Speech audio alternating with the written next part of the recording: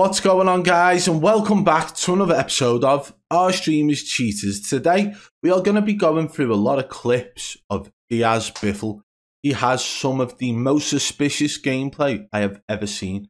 We're going to analyse them and break them down in today's video. We've had quite a lot of these posted in the Streamers Cheating subreddit, and if you are not a member of that, the link is in the description below. If you do enjoy this video today, be sure to hit that thumbs up. If you're new, subscribe and turn on notifications so you don't miss any future videos. And don't forget to follow me on Twitter at Badboy Beaman. Right, let's crack on with the video. As always, guys, we come across to the channel first. This is Diaz Biffle on Twitch TV with 333,000 followers. He has some of the most suspicious gameplay I have ever seen. And to compare that, we actually have footage of him when he was playing at Swag's house on Swag's setup and seemed to not play to the level he usually does. And we're going to start off by showing you a clip of his gameplay from when he was actually sitting at Swag's computer with a face cam on show, and he actually complains saying he needs his own controller. Let's take a look now. This clip was actually tagged as D without Cronus. So let's watch it through now and listen to what he had to say as well. What? Whoa! Yeah, D!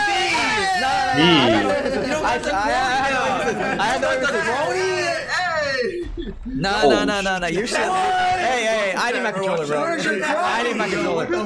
I need my controller. Chat, he don't got his crony now. Come on, man. Yeah, no, I was frozen Biff.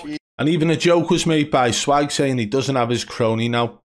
But you could see that his shots weren't hitting like they usually do. For anybody who has watched Diaz Biffle play before, he plays without a webcam and his shots just seem to be constant laser beams. But that play there just didn't really suit who Diaz Biffle is, the image that he's created for himself in his gameplay. We're going to show you some footage now of gameplay, which personally I believe to be suspicious in my opinion. Let's go and check it out now. In the clip we're about to watch now, there seems to be a micro snap, what looks like a mechanical snap. As he's shooting at the enemy, he's got full knowledge of where this enemy is, and they're about to track him. They're basically chasing this person down. But just watch the moment when the enemy gets into the truck and watch how his aim sort of jitters slightly.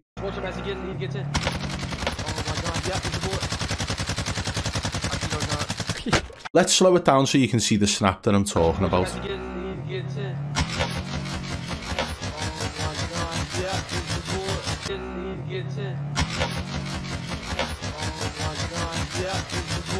Very simple situation, okay? But you can see as his aim snaps to where the enemy should be sitting in that truck as the enemy gets in. It seems very mechanical in my opinion.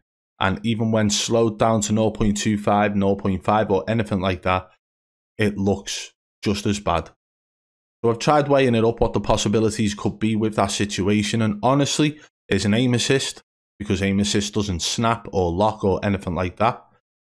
I tried to find out whether or not there was actually a glitch where it caused enemies entering into a vehicle to cause your aim to snap or jitter, and I couldn't find anything related to that. So that brings me to the conclusion that this clip is suspicious. That snap seemed very unnatural. What do you guys think of that? Let's take a look at the next one now. In this situation, Diaz Biffle gets a couple of kills, but not all of them seem to be fully suspicious. There's a small situation within this that looks like a small snap transfer, which would be caused by Aimbot software. Okay, the reason I say that, it's all down to the timing due to the fact that once he finishes the first player, it snaps straight to the second one. It's similar to the situation that we had with Z-Laner in the past, and we will show you it now, and we will slow it down for you. Relocating the safe zone. They're on me.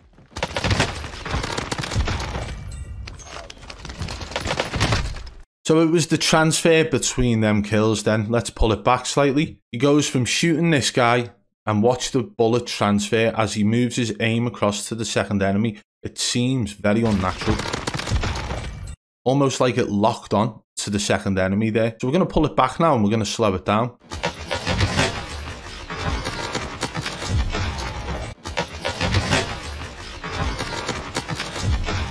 It's a very small moment, guys, I know, but simple moments like that can actually scream that somebody is using a toggle aimbot of sorts Maybe they didn't realise that it was going to lock onto the next enemy as well. Or maybe they did and they thought it would look natural because of their smoothness settings and things like that. That to me looks suspicious. What do you guys think of that? That little transfer then? Let's move on to the next clip now. This moment is one that we actually looked at and analysed in one of our streamers cheating videos, which is the subreddit where I react to the videos and post on that subreddit.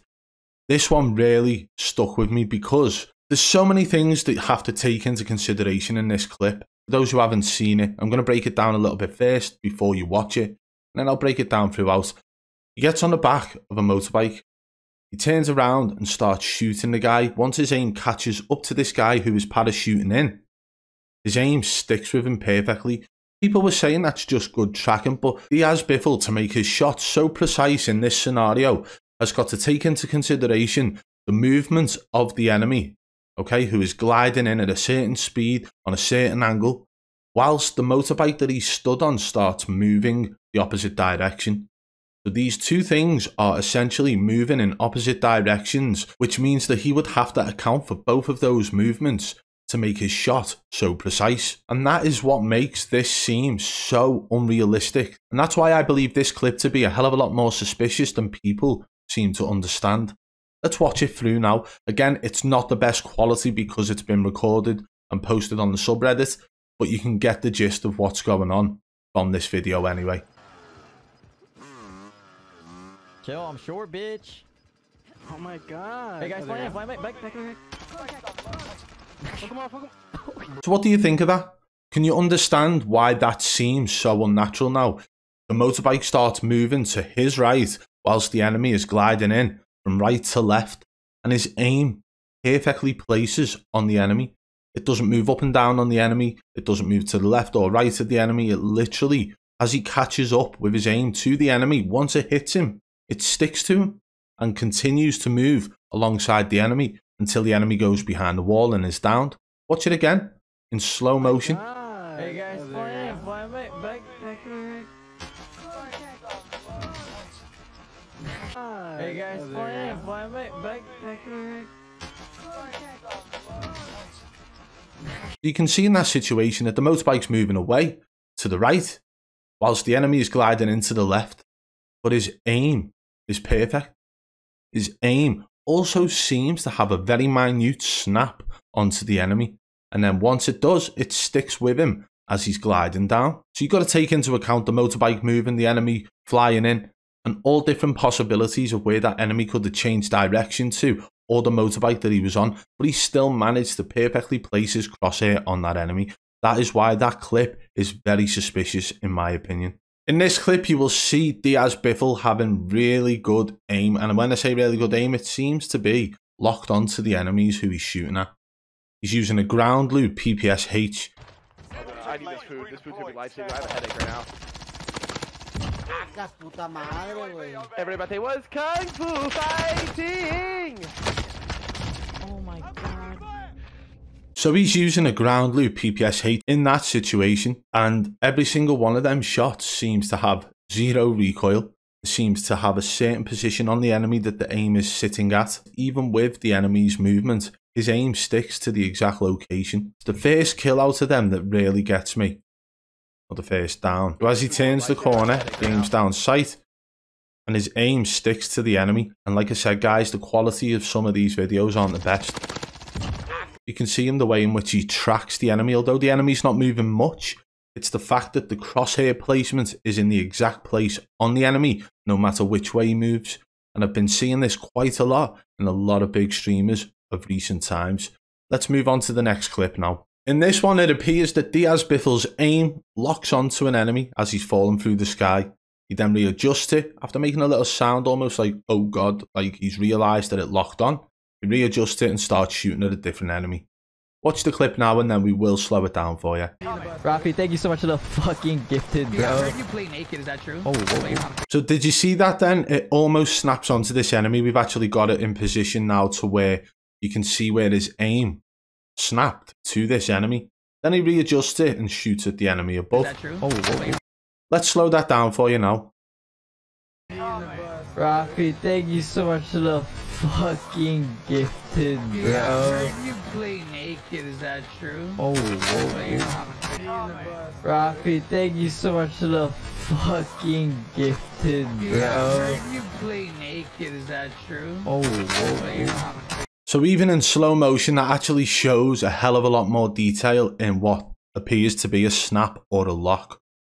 The speed in which he's moving to turn, and then the way in which his crosshair stops dead on that enemy is very suspicious. Let's pull it back now and watch again. Look at the speed in which he turns towards the enemy and then watch his crosshair as it sticks to the enemy. You play naked, is that true? Yeah. oh. Pull it back again. Watch it again. Yeah. It's not the best quality, guys, but you can still see what's going on. Play naked, is that true? Oh. He turns and his crosshair stops dead on that enemy. And you can see it's almost like he tries to move further and then his crosshair pulls him back. There's like a sort of magnetism within that motion that sticks his crosshair to the first enemy that he aims at. Why did he readjust? Maybe because if he shot that enemy and killed him, people in his chat would have called it out, or maybe the enemy who he kills would have called him out. So he readjusts and starts shooting at another enemy. He had a clean shot on the first guy, basically because his crosshair stopped dead on him. Why wouldn't he take that shot? Why would he readjust to go to the second enemy in that scenario, unless he felt like something had messed up and he needed to hide the fact that it did? That looked almost as if it locked on, in my opinion. What do you guys think of that? Let me know in the comments below. Now, this clip is one that's actually been circulating quite a lot on Reddit, on Twitter, and other platforms. And he does snap through a wall, and he does shoot an enemy and get hit markers through a wall. Let's watch the clip now, and then we'll break it down to see whether or not it was just luck, or whether or not he actually snapped and locked onto an enemy through a wall.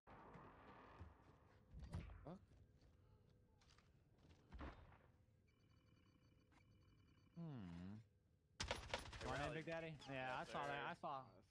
I could sense the manly musk behind me.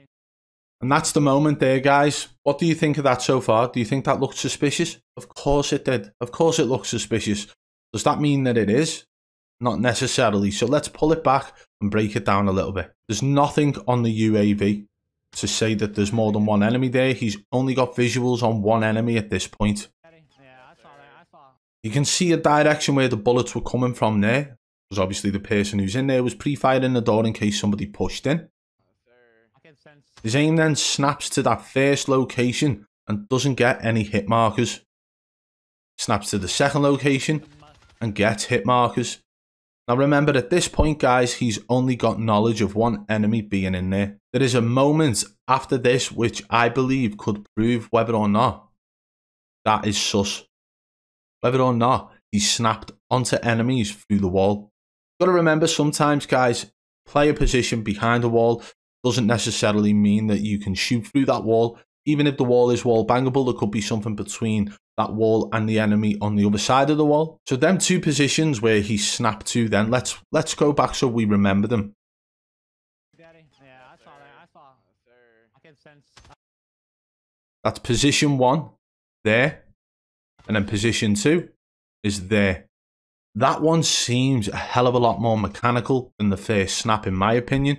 Almost like it did lock. Just so you guys are aware of my trail of thought at this point, I do believe that that second one looked mechanical. I believe the first one looked like a natural flick. Let's go and take a look at the enemy positions as he pushes into that room and see whether or not that could add up to where his aim snapped and locked to on that wall. He goes from snapping onto the players, and he does push into the room.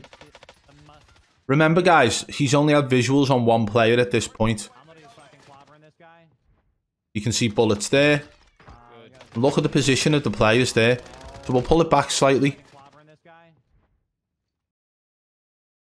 That's position 1 of the enemy. Of course, there would have been a little bit of movement between him snapping onto that wall and him pushing into that room. I think there's, what, 9 seconds between the two. Maybe about 7 seconds. So the enemies will have moved. That's position 1 of the first enemy. He turns and slides instantly, aiming at this guy who's in the corner. And he could have well have been at position 2. because Diaz Biffle was wall banging. That guy's creeped into the corner over there. And do you remember I said that maybe there was something between the wall and the enemy stopping the first shot from actually registering? What if it was this barrier here? So now you've got to think them snaps could have been natural, but also based on the player positions when he's pushed into that room. Show that his snaps seem to be in the general location of both of those enemies. Now, if you are using Aimbot, you can have it set to actually lock through walls. And if you have that set to toggle, then all you've got to do is toggle it and it will snap and lock through a wall. And it did look like that. The first shot's missed, but the second shot looked so mechanical, the way in which it locked to a perfect position and started getting hit markers. What do you guys think of that? Let me know in the comments below. Well, there we have it, guys. That was a big compilation of Diaz Biffle moments. What do you think of that? This is somebody who's been on my radar for a while now, and honestly, some of his gameplay cannot be explained. That's my opinion on that. What do you guys think? Do you believe Diaz Biffle is just literally the best player in the world? Or do you believe something else is helping him and assisting him with his gameplay? Let me know in the comments below.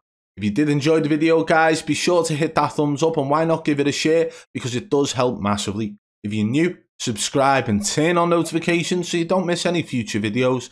If you want to support the channel further, hit that blue join button today and become a member of the Triple B fam. And don't forget to follow me on Twitter at Badboy Beaman. Until next time, I'll catch you on the flip side. Peace!